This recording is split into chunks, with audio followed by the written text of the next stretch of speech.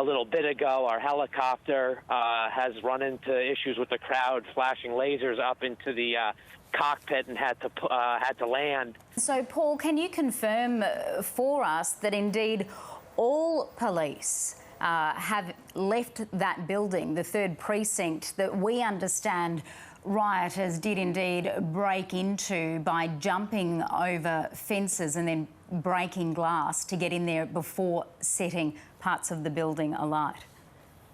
Right. Police, I know earlier in the day, had at least begun removing some gear, some equipment. Fencing had been put up, but that fencing was breached about 10 o'clock tonight, local time, so about 2 hours ago. And the last of the officers were forced to flee. Now, the video we've seen on social media that from a trusted journalist that was in the right kind of place at the right time, I would say had about 6 or 7 squads basically tearing through, squad cars tearing through the fencing and evacuating in short order as those protesters did get inside. But yes, the 3rd precinct was given up by our local law enforcement, and there is a lot of questions developing. I mean, we're still in our live news coverage tonight. What was this city thinking in terms of allowing demonstrators to go this far? There was no police presence throughout the day. We would see a couple officers on the roof kind of keeping watch over that temporary fencing they set up, but there was no active attempt to move demonstrators, no heavy-duty Humvee type equipment brought in that would have cleared the crowd. This began as a demonstration, anger, outrage over this death of an innocent man, black, unarmed, handcuffed, pinned to the ground for minutes at a time. There are people angry about that. There are proper demonstrations that have occurred, but there are some bad actors within this movement, and they have done a ton of damage to the city. The ABC's US political analyst and co-host of Planet America, John Barron, says the unrest has been exacerbated by coronavirus, which has impacted African American communities across the country. I don't think it is going too far to say this has many of the hallmarks of an uprising, an insurrection, a small-scale revolution, if you will, including the targeting of a symbolic target such as the police station, and the unconfirmed report saying that gas lines have been cut as a way of accelerating the fires through there. So these are very symbolic protests. This is like the Bolsheviks storming the telegraph station and the post office. And bear in mind as well, in Minnesota there is a long progressive anti-government tradition there.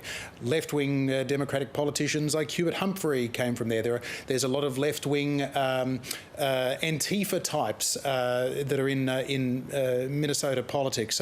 So there is this sort of progressive fringe that sometimes lapses into anarchy that may be an element of this. But of course, in any crowd such as this, there are a lot of, without falling into the president's rhetoric of good people on both sides, there are a lot of peaceful protesters who are simply outraged and upset at the fact that there have been literally dozens of cases of police brutality against minority, particularly males, in Minneapolis and St. Paul's that have not been prosecuted, and now another young black man is dead.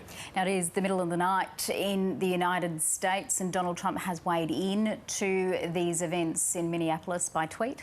Yeah, already the police are struggling to contain the situation, so the National Guard has been sent in, a sort of a domestic sort of paramilitary force to augment in law keeping.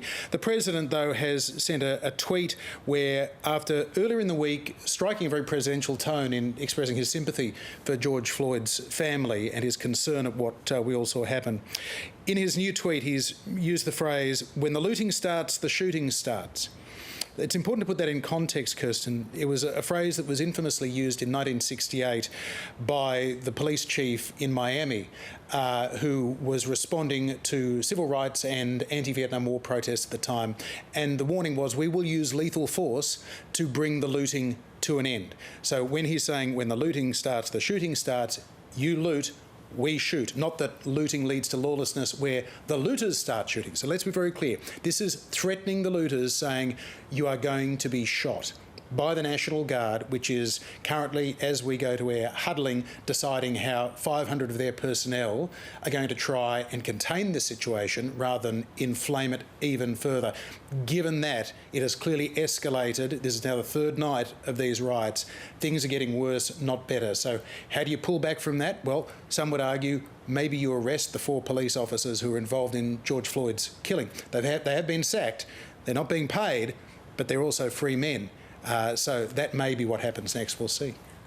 And in an update on Donald Trump's tweet, Twitter has now flagged that the tweet that ends with "when the looting starts, the shooting starts" is violating its rules. The company says it's glorifying violence. That's the first time Twitter has taken a step like this. Earlier in the week, Twitter added a link to 2 of Trump's tweets encouraging users to get the facts, prompting the US president to issue a vague executive order concerning social media companies. In some of the day's other news now, New South Wales clubs